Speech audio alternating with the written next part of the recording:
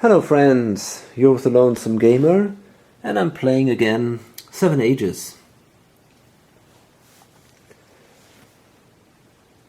And finally, after a long period where things were not that interesting because of the Dark Ages here, the game is now really getting more and more intense, especially here in Europe, where Rome is no longer the only empire and therefore in a complete dominance.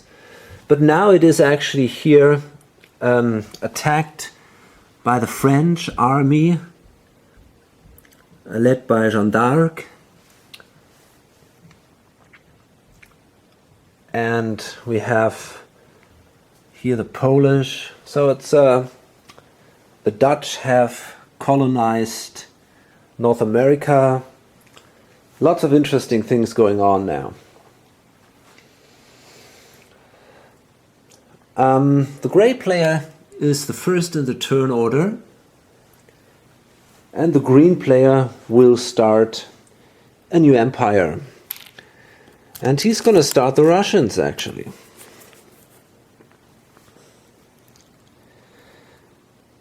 They start in Muscovy or Ukraine.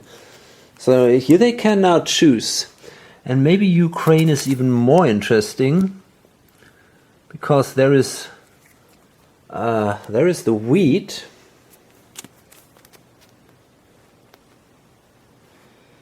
Light horse cost 3, initial infantry cost 1. +1 to frontline value or defending infantry. They want to be big in Europe, Asia and India.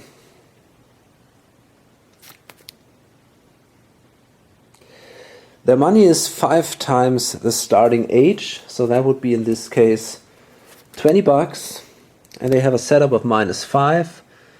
So 1, 2, 3, 4, 5, 22 right there at the beginning of age 4. Okay, so this is the starting army of the Russians. And if they start in the Ukraine, they would have to fight these guys here, which is going to be pretty easy, I guess. So the Russians have a combat value of 18, 28, 37 against a 4. So the Russians draw first. Okay. So there is absolutely no reason why they shouldn't keep all their units.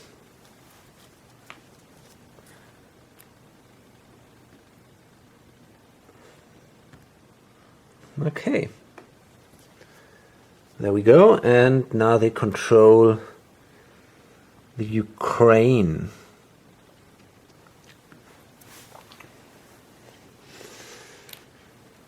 And there is also their capital. Casimir is a good leader, though.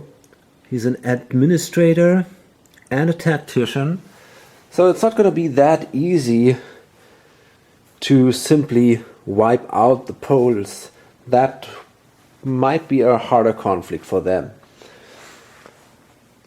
But again, we must also consider that we have to stand together against the red player, who's really in the lead now.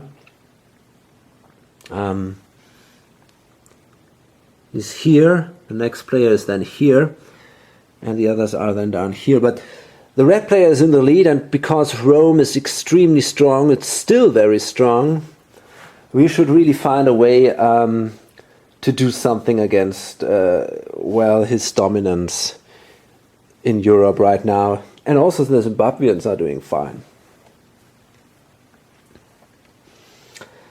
So that was the only empire that started this turn. I also thought about starting an empire with the gray player. Problem here is he could start the Persians, But they don't really give many points. They want to be Islam. Islam is not yet on the map.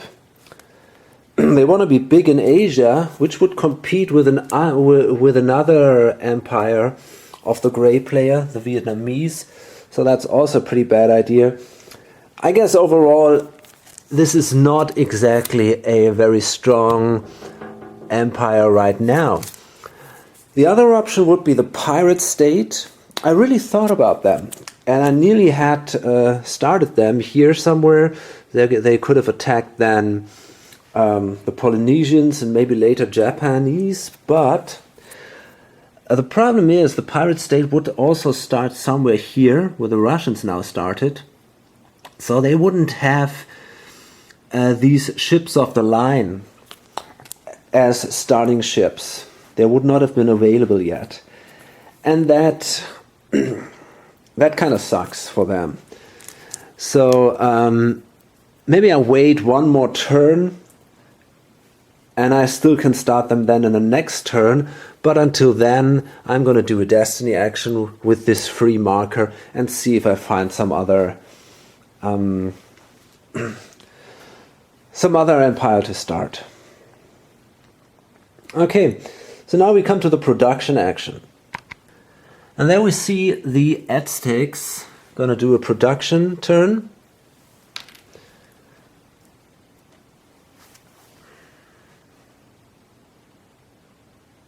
Does that make any sense?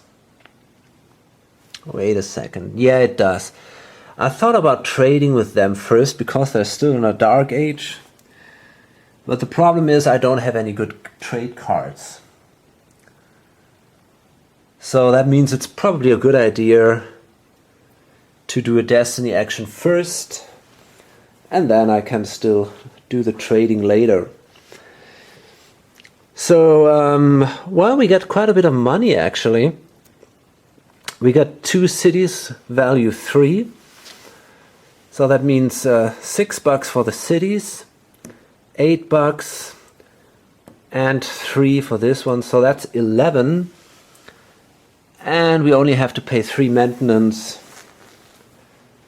So $8. And we do have a lot of money yet, so we are definitely the wealthiest empire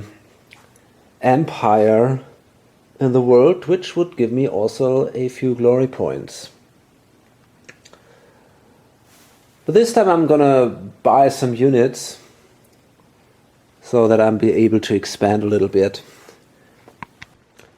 Okay, I simply buy these 3 units for $6, so I still got a lot of advantage before the next player comes when it comes to the money. And I'm gonna place 1 here in Mexico and 2 units in the Great Plains. Okay, there we go.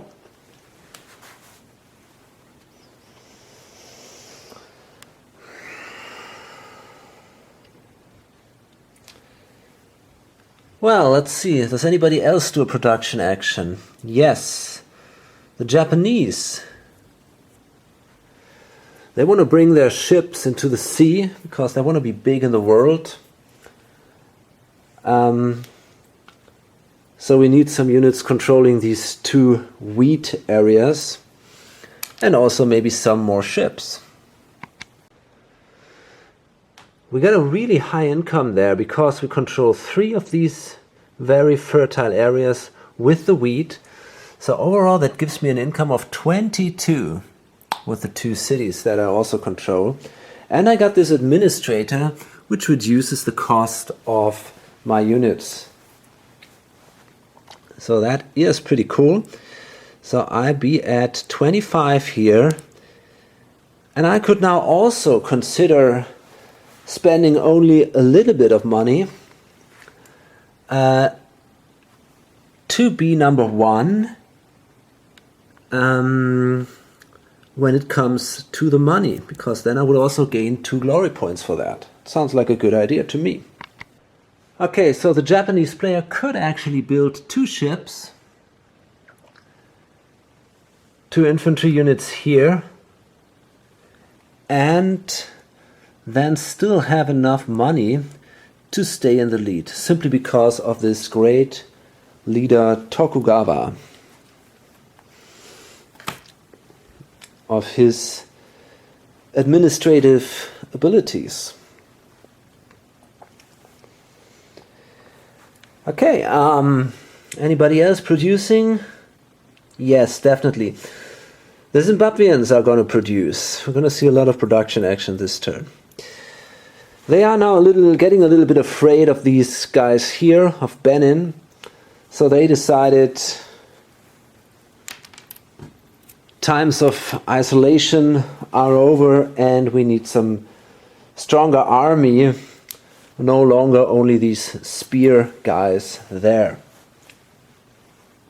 Okay, because the Zimbabweans had this copper mine and a pretty big income, they can actually buy a big army, lots of new units, for overall 17 bucks, so they end up with 5 bucks. And actually I got a question for the guys of you who play a lot of these games, of these war games. You know, these kind of games that stay on the table for weeks sometimes. I got a real problem right now that on the board there is accumulating more and more dust. And that, you know, I don't enjoy that very much anymore. If I go closer here, I don't know if you can see it. I mean, there's a lot of dust here, and it's even worse here in the areas where there are always lots of chips. And I wonder if you have any idea if there is a trick or any idea what you can do against these things. I have no idea. Possibly there is simply nothing one can do. Okay, let me see how I'm going to place the catapults here, I guess. Just like that. And these guys here. Okay. So there we go.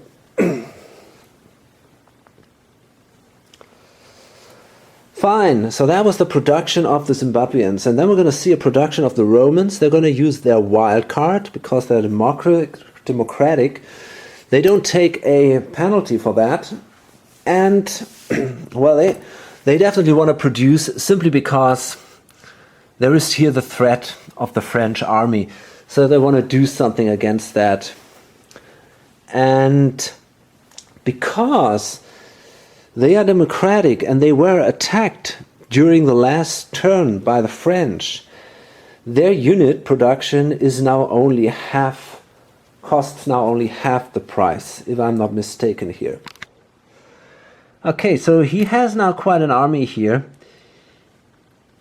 I think he's going to place one of these guys here. And then you can place 5 units in Rome because it's such a big city. So you can place these 2 ships. He doesn't have that many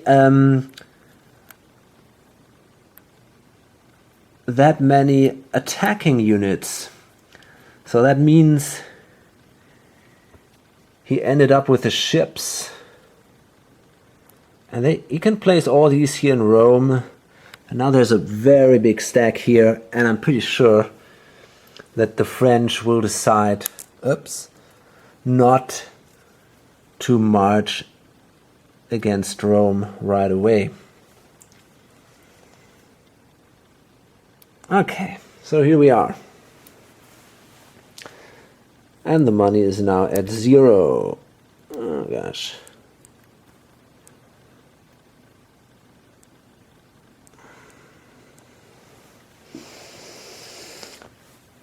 Any more productions? Nope, not during this turn. Trade in progress. nobody will trade this time. So that means we come now to the maneuver action, and there we're going to see a maneuver action of the Vietnamese, and that makes perfect sense because they want to be big in Asia. There is no other player, no other faction of the same player in Asia, so they simply want to expand as much as possible. So let's see, I think I'm going to move well, maybe with this guy here. Oh, wait a second. Jungle means 2 movement points. Yeah, so I can only move 2 spaces, which kind of sucks. I'm going to move here, and, well, guess I'm going to move then with 1, maybe up here, and, well, not sure.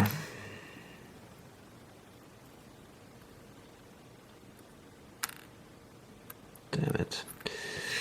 Okay, I think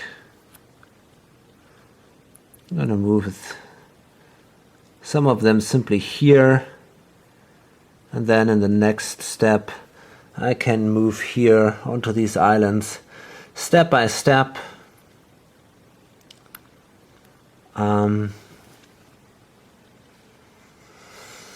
Well, I might move there if I go with this guy here. I can move with this guy up here.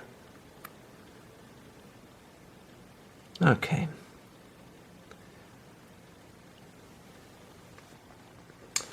Well, let me see. Maybe it makes sense to move with him here and with him here, just to keep a little more units in our homeland. Okay. It wasn't that great, but I think that might make me now definitely the second biggest in Asia. I'm not absolutely. 1, 2, 3, 6, 7. 1, 2, 3, 4. Yeah, right now I'm definitely number 2 in Asia, and that will give me some glory points. Okay.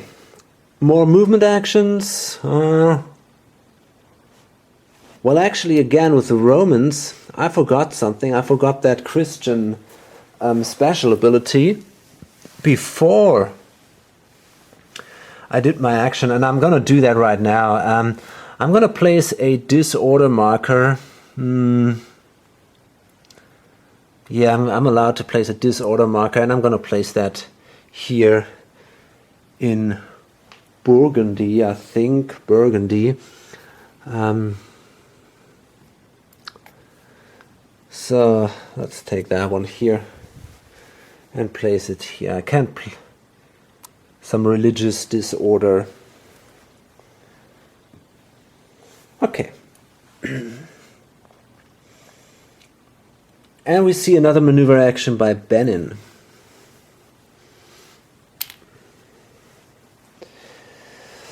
So they have their stack here and they want to spread out.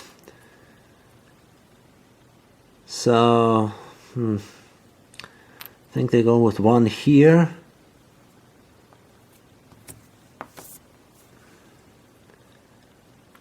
And with these 2 then here. And that's basically all they can do right now.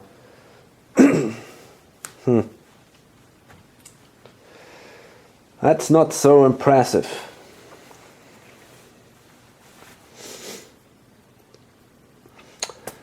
Okay, and this is then the end of the maneuver phase.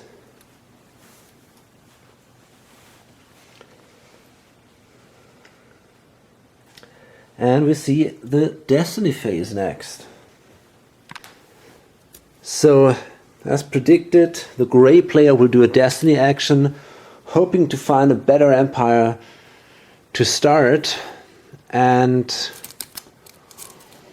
well, let's see. He's got that card here, Karma.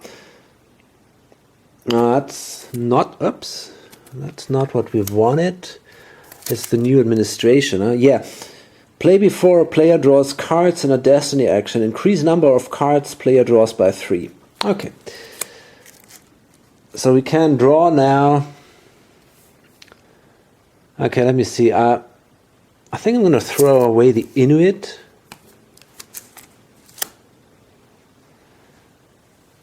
What is that? Right now I don't need that either. That's pretty cool stuff, actually. Maybe not so much. Yeah, I don't know, actually. Okay, so I'm going to hold on to these 3 cards.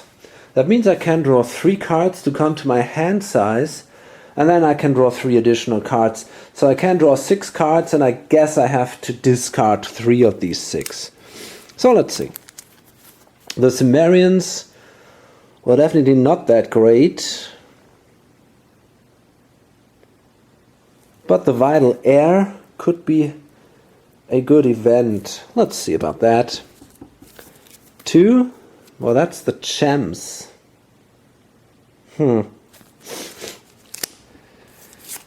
3. The Marathas. Well, we cannot start them right now, but maybe in one of the coming ages, in the next age. But there we had to compete with the Indians. But that could be interesting. We could think about that.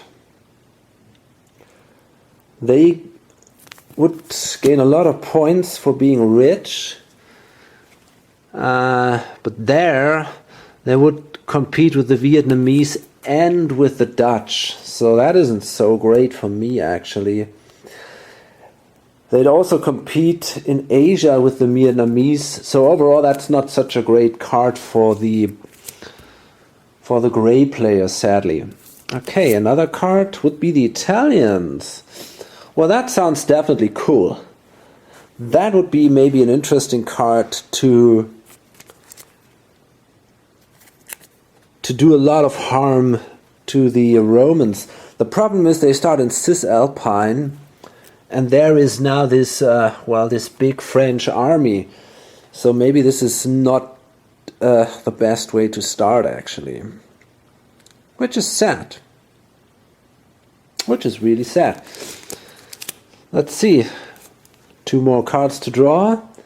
The Guptas, well, they cannot be played. The last card, the Hausa city-states. Well, that is possible. Age 4 to 6. 1 income per desert during production. Count desert and harvest glory. Earn income from a winning trade equal to the difference between total trade values. Not a bad card, actually. Hausa, so they would start here. That means basically they had to, well, probably they would fight against Benin, I guess. It's an option.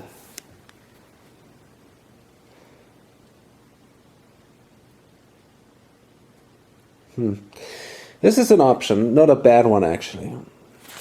Maybe I'm going to play them. So let's see what I'm going to keep now. Okay, so here kept these 3 cards. The Pestilence is a nice deadly card, which could be played on Rome, for example. Then these Hausa city-states that he might actually start, and the Guptas, but he keeps these card for this Schwerpunkt, which is a good combat card. Okay. Joint venture. Well,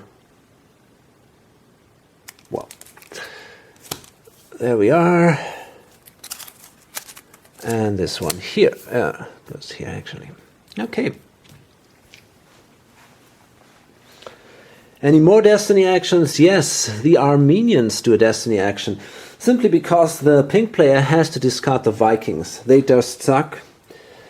So, and he doesn't have a real option. The Ukrainians could be possible, but not anymore now that the Russians are there. So that's probably not the best idea.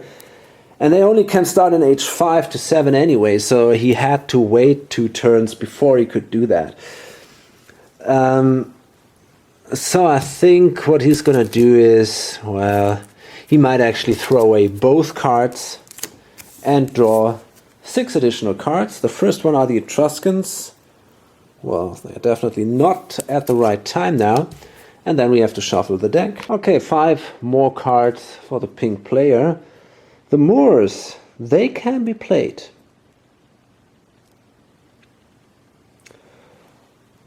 Mauritania, that would be here.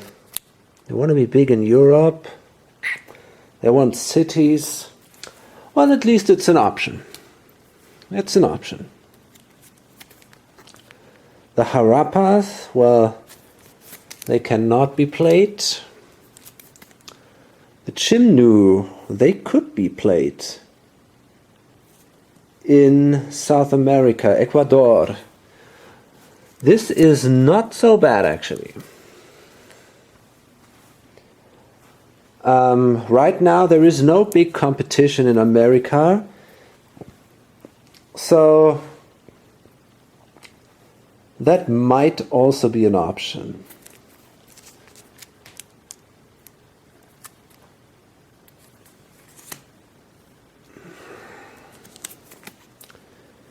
The Ethiopians can also be played. Obviously in Africa, another very interesting card.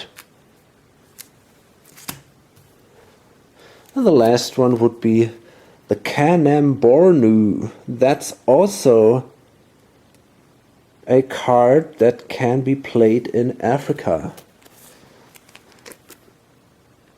They would start in Chad, which is here. Well, a lot of options here. Right now I can't decide that. We'll see in the next turn. But definitely he has some options.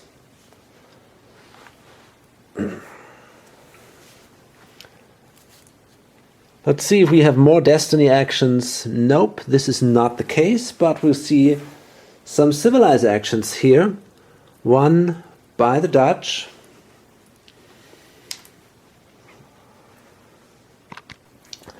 And the Dutch, they are trying this. I mean, it's kind of weird. Well, not weird, but it's really tough. They're going to play the Pestilence on Rome. And if this works, then Rome is definitely in big, big, big trouble. It's more or less ready to be discarded then. Pick a controlled area, draw a card. If card number is higher than target empire's age, you remove units, leaders, or reduce the city in the area by the difference. Well, on the other hand, that wouldn't be so much. It's only by the difference. It's not all of it. So, maybe it's not such a strong card in the end.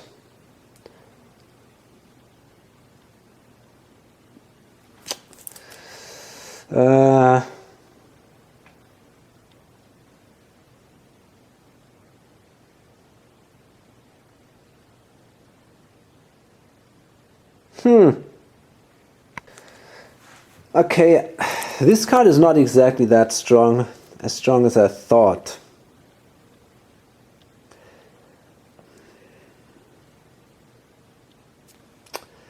Maybe I will actually hold on to it. It's a 5, which is maybe someday a good card for trade or something.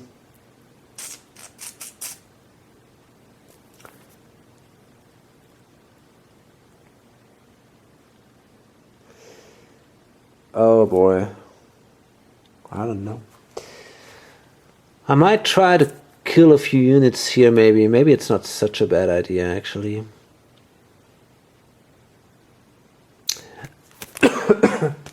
Oh, excuse me.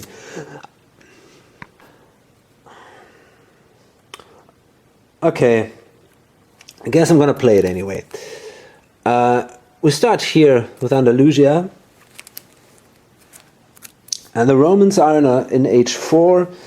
So we need a 5, 6, or 7, and it didn't work. Okay, I was afraid that might be the case, but right now I'm not sure that I will do much trade. So yeah, I think it's fine. It was worth the try, I guess. But now I can play this other card here, which is really painful. That's the currency crisis. That's a really tough card. Target empire loses all its saved money. That's a horrible card. Especially for the money, for the empires that want to be rich.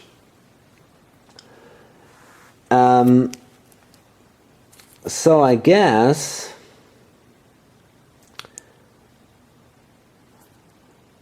I might either play that on the yellow player or on the pink player. Because pink player is ahead of the yellow player, I'm going to play that on the Aztecs. So they have that currency crisis and lose all their money.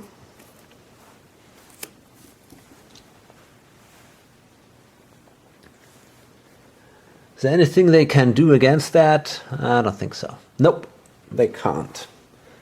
What about this one? No. No way here. Okay.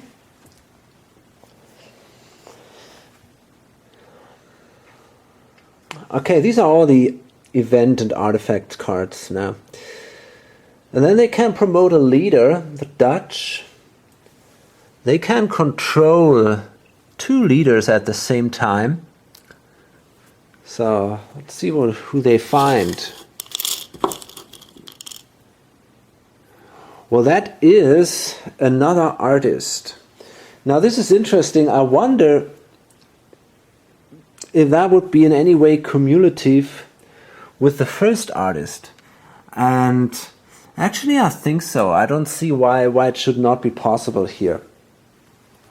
The problem is I don't have any... I don't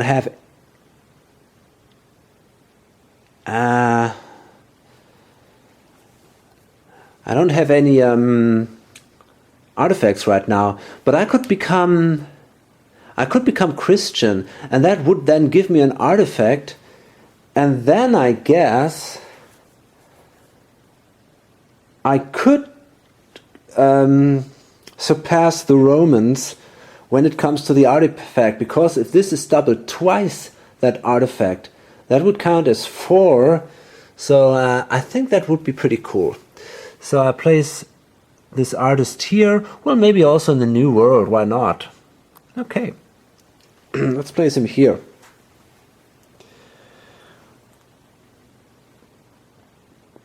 On the other hand, I think every time with an artist, anytime an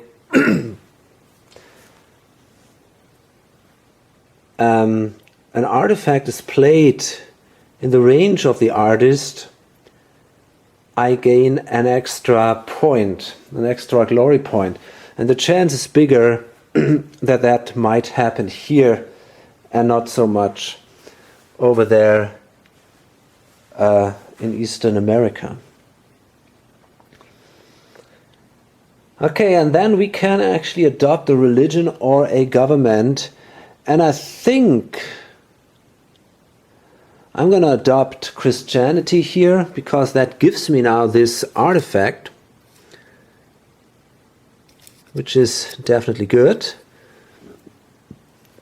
But I have to place a disorder marker in my capital. So there we are. But now I got Christianity.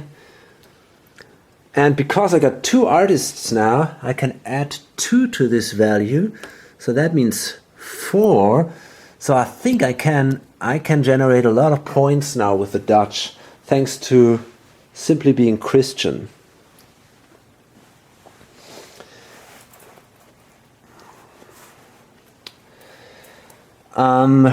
Modernize. I think that's not possible right now. Urbanize. Yes, I think I'm gonna build a city here in Labrador.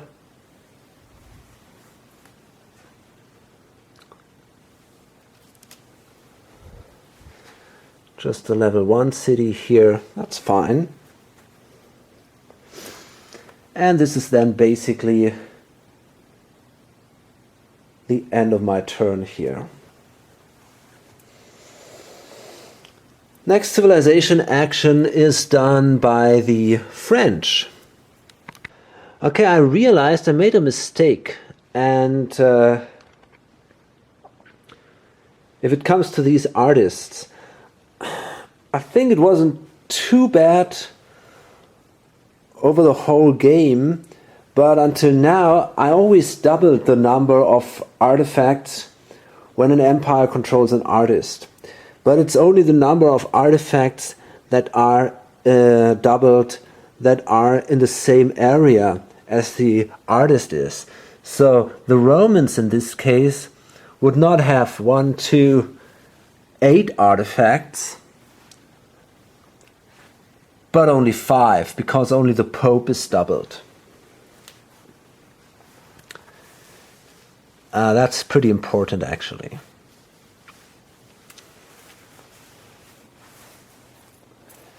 And that also means that this Christianity artifact is not doubled in any way. But I would still gain these 2 additional points here. So there is definitely an advantage in having an artist. Although it's absolutely not as strong as I first thought.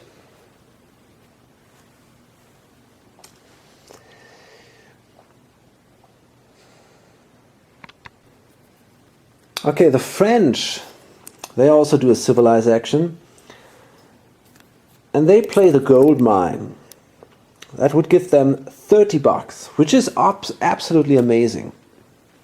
Now, actually, the green player is thinking about playing the blowback, which would allow him to choose one of his countries, or any country, to get the advantage of the gold mine instead. But the idea is now, okay,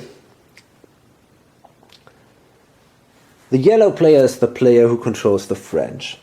And he's the last in... Yeah, he's definitely the last player. He's the absolute loser right now.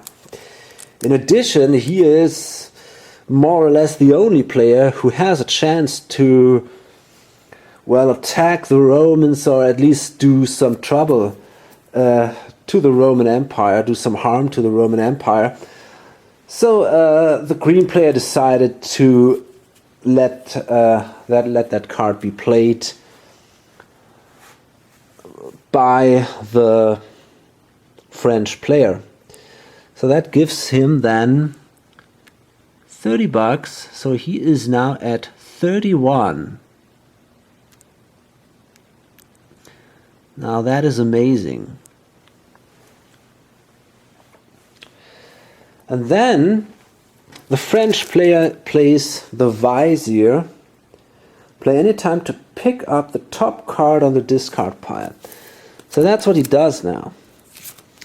So in theory, he could play the gold mine right again, but he doesn't do that. And there is a reason, because even if he could purchase all the unit, he could not place them in the game, because he doesn't have these that bigger cities. So it doesn't make that much sense. But there is this Islam artifact here. And the yellow player also has the card Arabs in his hand. So the idea is now at the end of the turn to discard the Polynesians, play the Arabs, and then the Islam. And yeah, that's definitely going to be a very interesting idea then.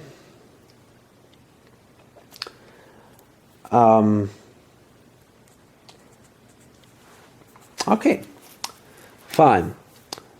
So we're going to keep that card for now. And yeah, there are no other cards we're going to play, I guess, at least for now.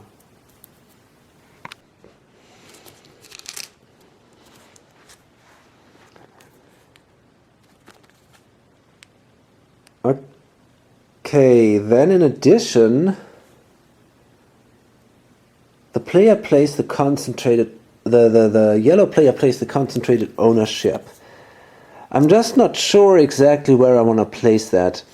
I could place it on the Romans, but I could also play it on the Poles. Overall, that means that all units you want to buy cost an additional buck. Now the point is, if I play that card on the I mean, the Romans, they have that many units already. They have that many counters. It's going to be hard for them to buy any more units anyway. So, or even do a production action, simply because they have to maintain such a big army. So in a way, it's pretty unlikely that they will produce that soon. But the Poles, they might actually do that. And they are also controlled by the red player. So in a way, I think I'm going to play this concentrated ownership on the Poles. Exactly. The concentrated land owner. And now this means, where are they? Here they go. That means they lose now their advantage from the administrator. Just to remember that, I'm going to place that somewhere here next to the capital. It's easier to remember than if it would be somewhere on the card.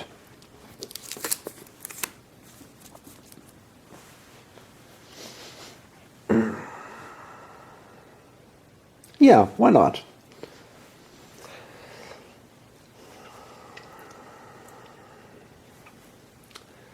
So,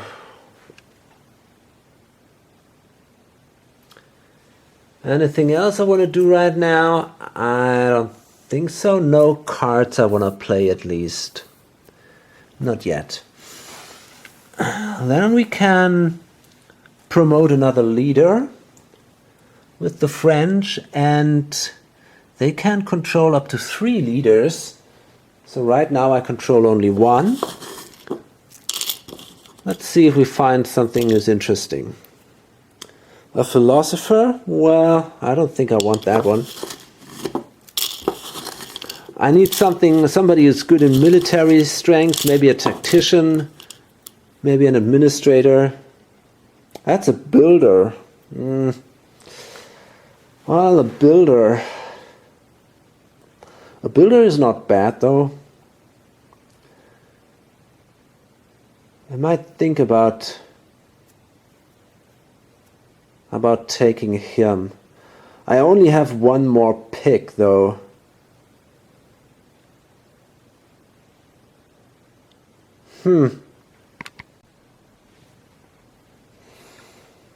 Okay, I think do I really want that builder? I'm not sure about that.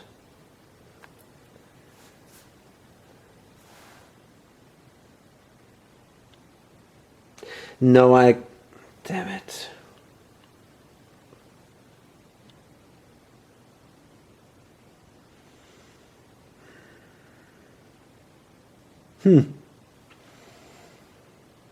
I'm not sure about that.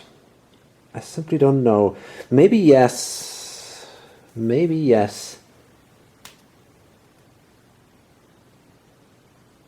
Huh. Let me see. Okay, I got a lot of money now. Here. Now, if I can upgrade this city to a level 5 city during this turn, which would be possible with a builder, then I could place 5 units there, which would be awesome. So I guess that's something I'm going to do.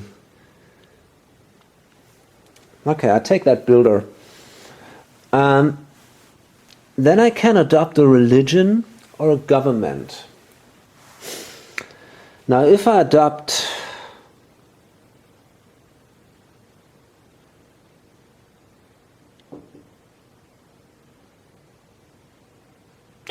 I could adopt now well,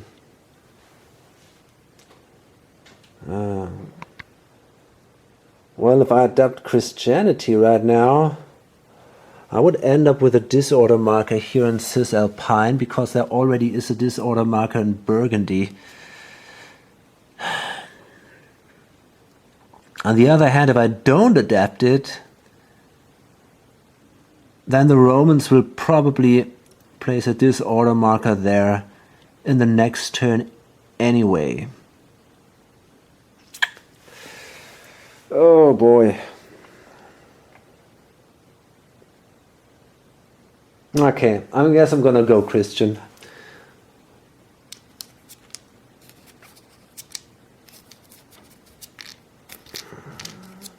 Let's see if we have any more Christian markers at all. I'm not sure about it. Okay, we got a marker in Cisalpine, which kind of sucks. And I'm going Christian here. So the French, here we are. Okay, now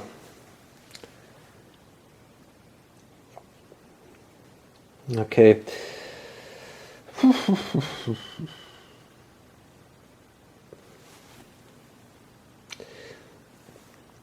Then we could modernize, but that doesn't make much sense right now, I guess. Nope. And we can urbanize. And now what we actually can do is we can urbanize the city with the builder. I think we can actually urbanize this twice, but I have to check that. Yeah, actually this isn't possible. I messed that up. I cannot do that. Okay, so I'm gonna take another pick then. Then I don't want that builder. I'm sorry, but that doesn't make any sense now. I thought I could upgrade this twice, but this is not possible. So in this case, I'm gonna take another pick and hope for an administrator. That's a scientist. That's good for trading and in Dark Ages, but definitely not in this case. Whatever. I'm gonna place this guy here, I guess. Okay, so, but I can upgrade that city to a level 3 city, so I can at least place 3 units there. And, well, I don't want to upgrade that city here, because that would make it even harder to get rid of the disorder marker here. I just want to place it like that so I can remember that. Okay, fine.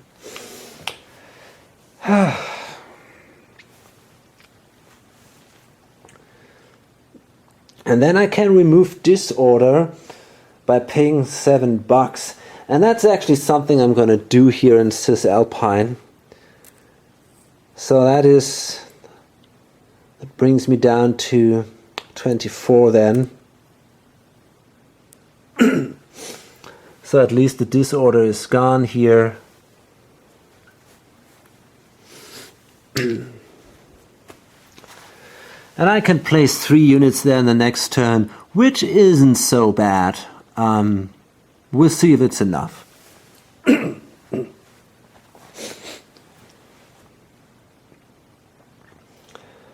Okay, the Poles are also going to do a civilized action now.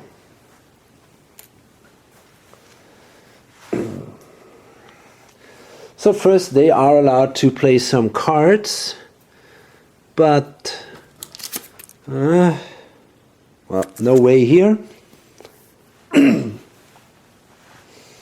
They can promote a leader. Well, they can control up to 2 leaders. They could now grab Copernicus. Let's see if this guy is of any use.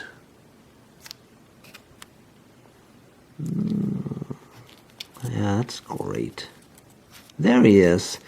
That's a scientist. Well, I don't think I need a scientist in this situation. So I think I'm going to try to find another leader here. That is no leader. Let's go for another one.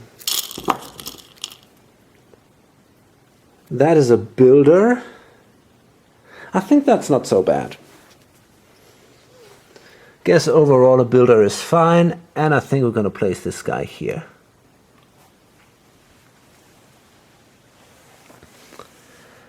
Well,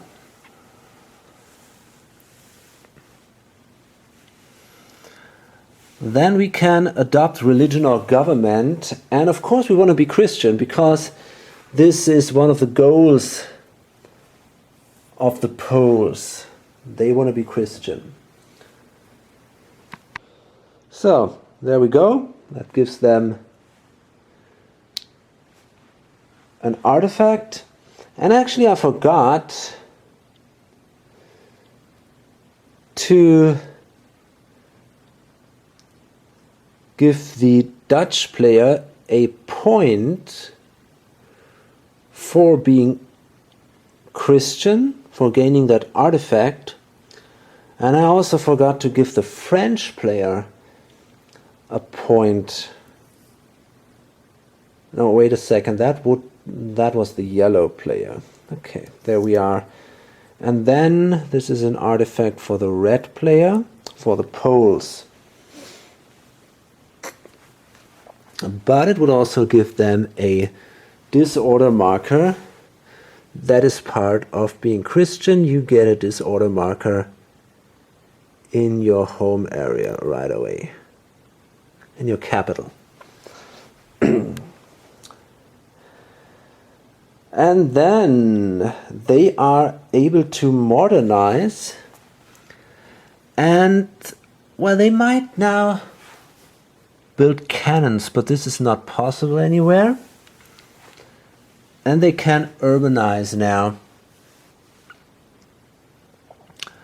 Well, I think they're going to urbanize here in Denmark.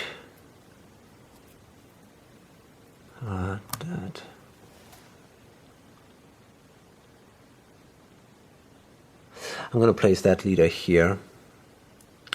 That builder here makes more sense, of course. If I want to adopt Christianity, I get a disorder marker there, and of course then I don't want to modernize that city. But I can build a city here in Germany and now also in Denmark.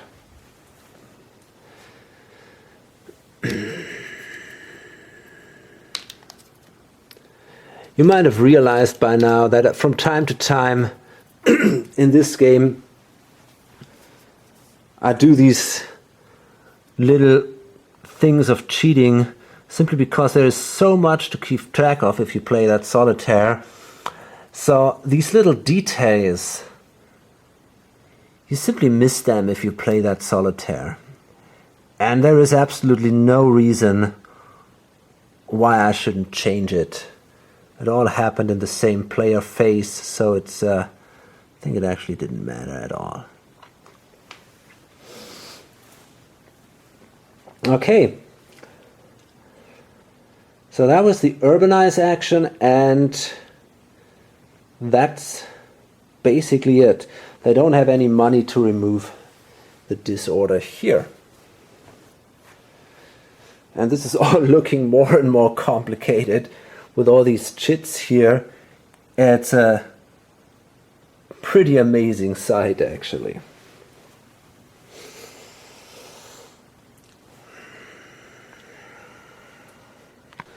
Okay, and then finally the Satavahana, they're also going to do a civilized action. And what they want to do is, they want to play this glorious pity card. The player controlling the target empire gets glory points equal to half the difference between them and the next highest player. So that is pretty cool, because that is really a lot in this case. The green player, there's a difference of 3, 4, 5, 6, 7, 8, 9, 10, 11, 12, 13. So that would simply give him 7 points. That's just an amazing card in this case. Anything else he might want to play? I don't think so. Nope.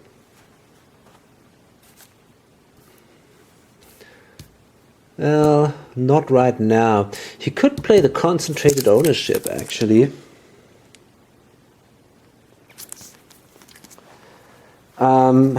Well, that would be an option.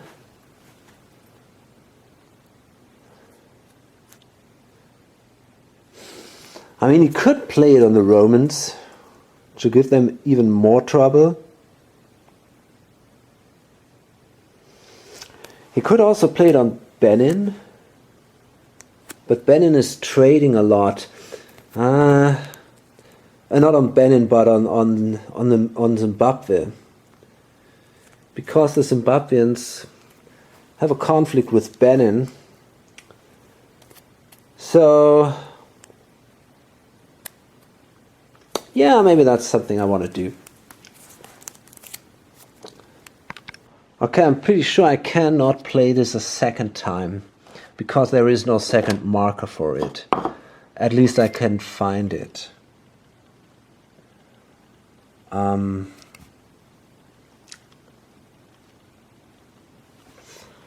So I assume it's simply not possible to play that a second time, and that means I'm going to keep that card, obviously. Okay. So instead, I'm going to promote a leader for the Satavahana. They can control up to 2 leaders.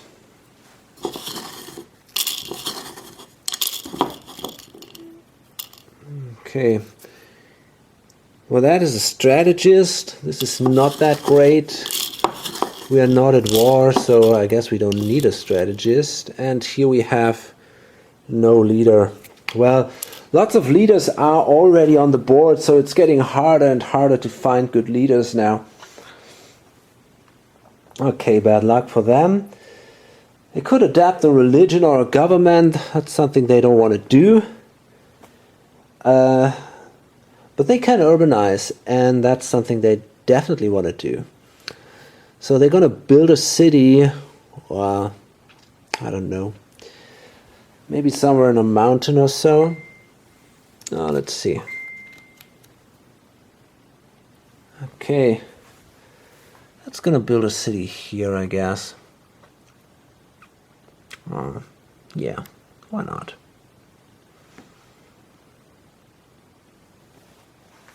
Okay.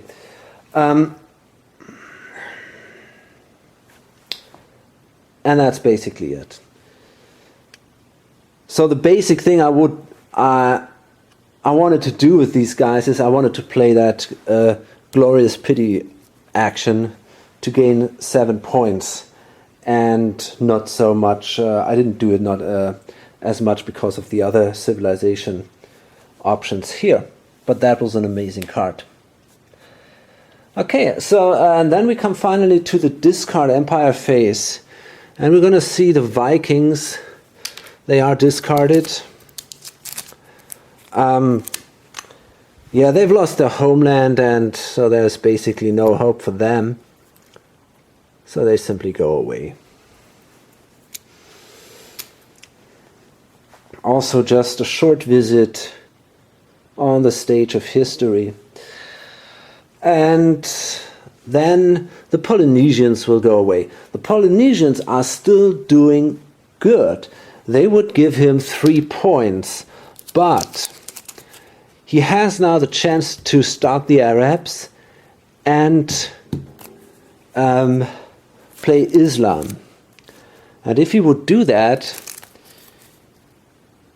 he would gain 3 points with the Arabs right away for being the biggest Islamic nation, and then there are still options to gain more points.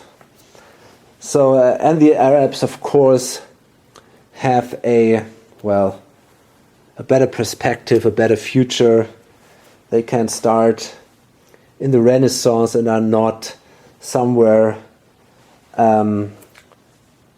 stuck in a dark age or something. But it's a little sad. I like them.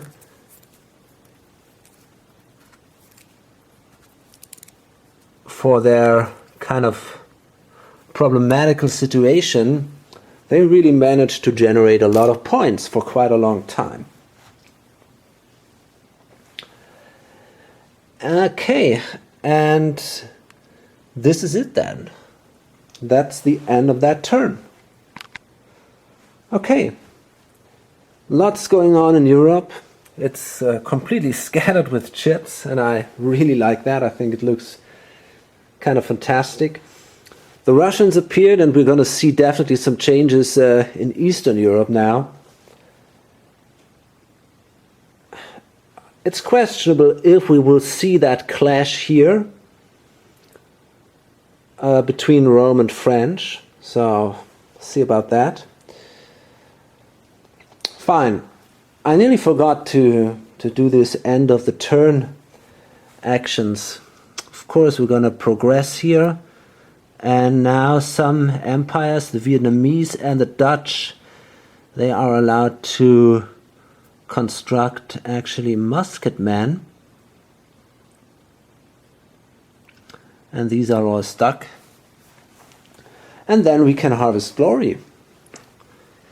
So let's see now. The Dutch, they will gain 1 for their homeland, 2 for having the most colonies.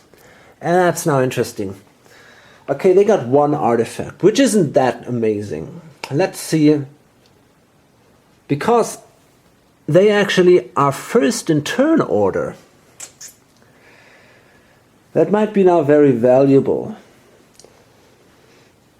So, let's see if anybody has 2 or more artifacts. Well, definitely the Romans. But apart from the Romans, I think actually nobody does. Nope. It's only the Romans. They have tons of artifacts, but nobody else has. So that means that the Dutch are second best in artifacts because they have 2 artists. That gives them here now a +2. So that means they would gain, for being second best, they gain 3 additional glory points. So that means that the Dutch gain 6 glory points that turn. This is amazing. 1, 2, 3, 4, 5, 6. But that will change in the next turn, because then they are last in turn order. And that means that they probably won't gain any glory points for having these artifacts. But we will see about that. The Vietnamese, that is number 1, 1 for their homeland, 1 for being in Southeast Asia. And what about Asia? Well, they are second in Asia, that's for sure. 2, 3, 4, 5, 6, 7, yep.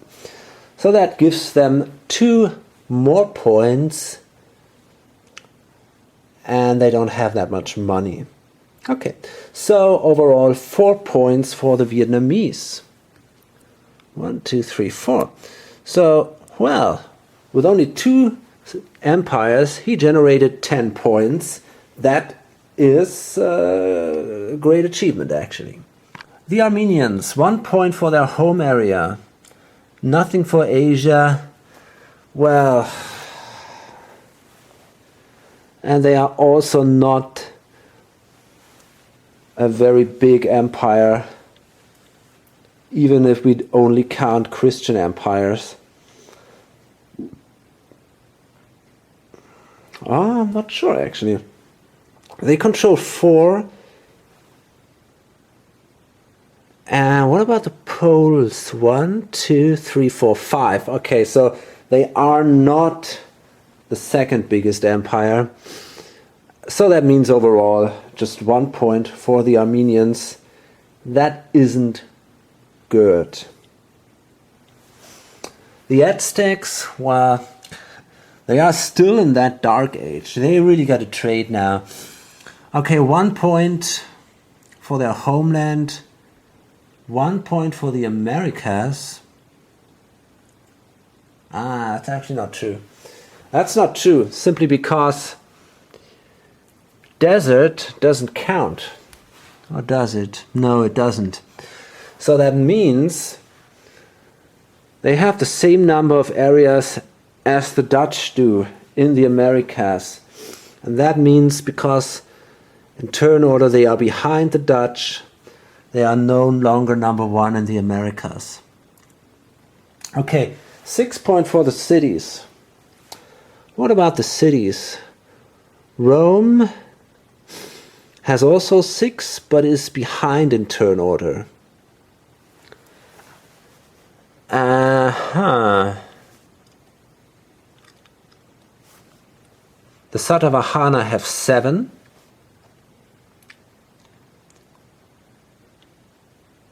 Yeah. Okay. So the Satavahana are 1. The Aztecs are 2. So that gives them at least 1 more point. And because of the currency crisis, no points for money. Overall, because they're in a dark age, just 1 point. So that was a very, very bad turn for the pink player here. Well, the Japanese, they are improving, I guess. 1 point for their homeland. Nothing for being a seafaring nation because all their ships are in ports, but that will change. And they are the second wealthiest nation, so that's another point. And they have the most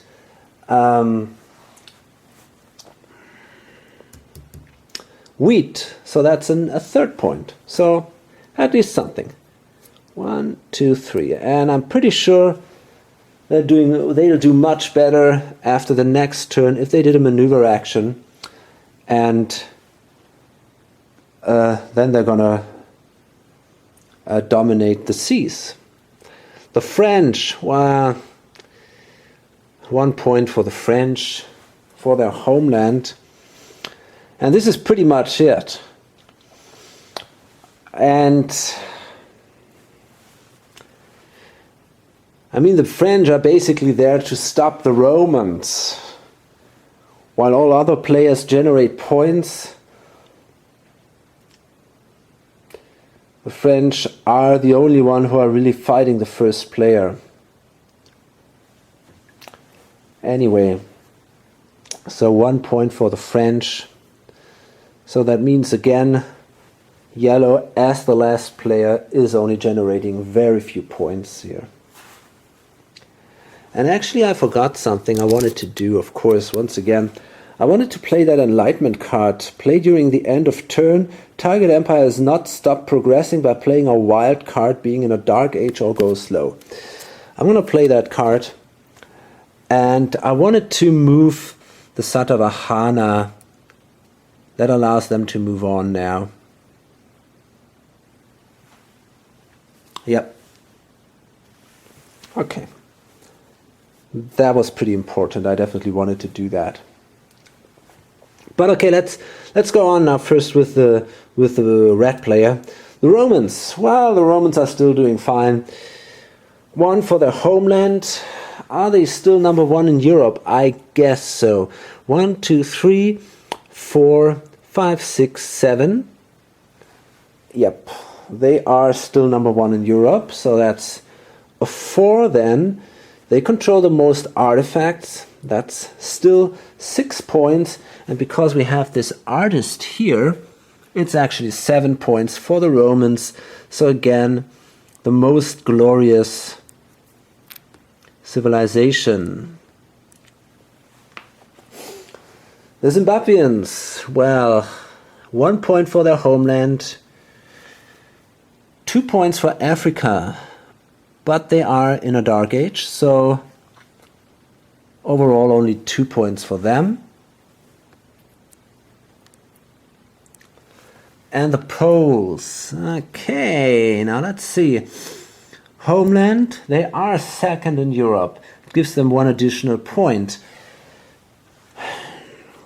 They are the second biggest Christian empire, so that gives them another point.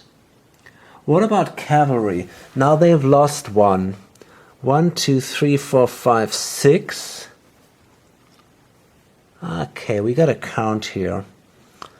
Let's see, the Romans have 2, 3. Oh boy. I think there was nobody here. Yes, there was actually 4.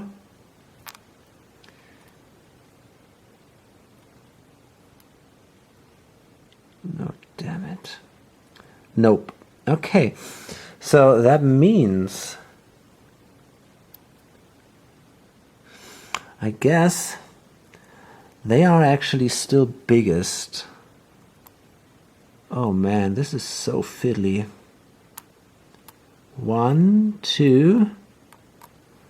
Yeah, anyway, 6 is, I'm pretty sure, 6 is number 1. So they also have the biggest cavalry. Yeah. Okay, so that means 1, 2, 3, 4 points for the Poles. That is a pretty impressive number of points here.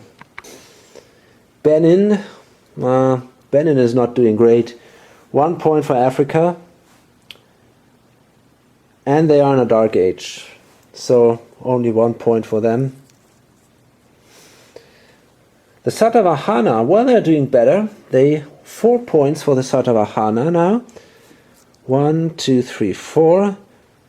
Biggest empire of the world, biggest in India, and they control their homeland. The Russians, well, for now it's only 1 point for controlling their home area. And they catched up to the pink player. So, but red is still doing very, very well. Basically, the reason why they catched up is because of that glorious pity card. But anyway. Okay, yeah, definitely a great turn, and hope to see you in the next one. Until then, bye.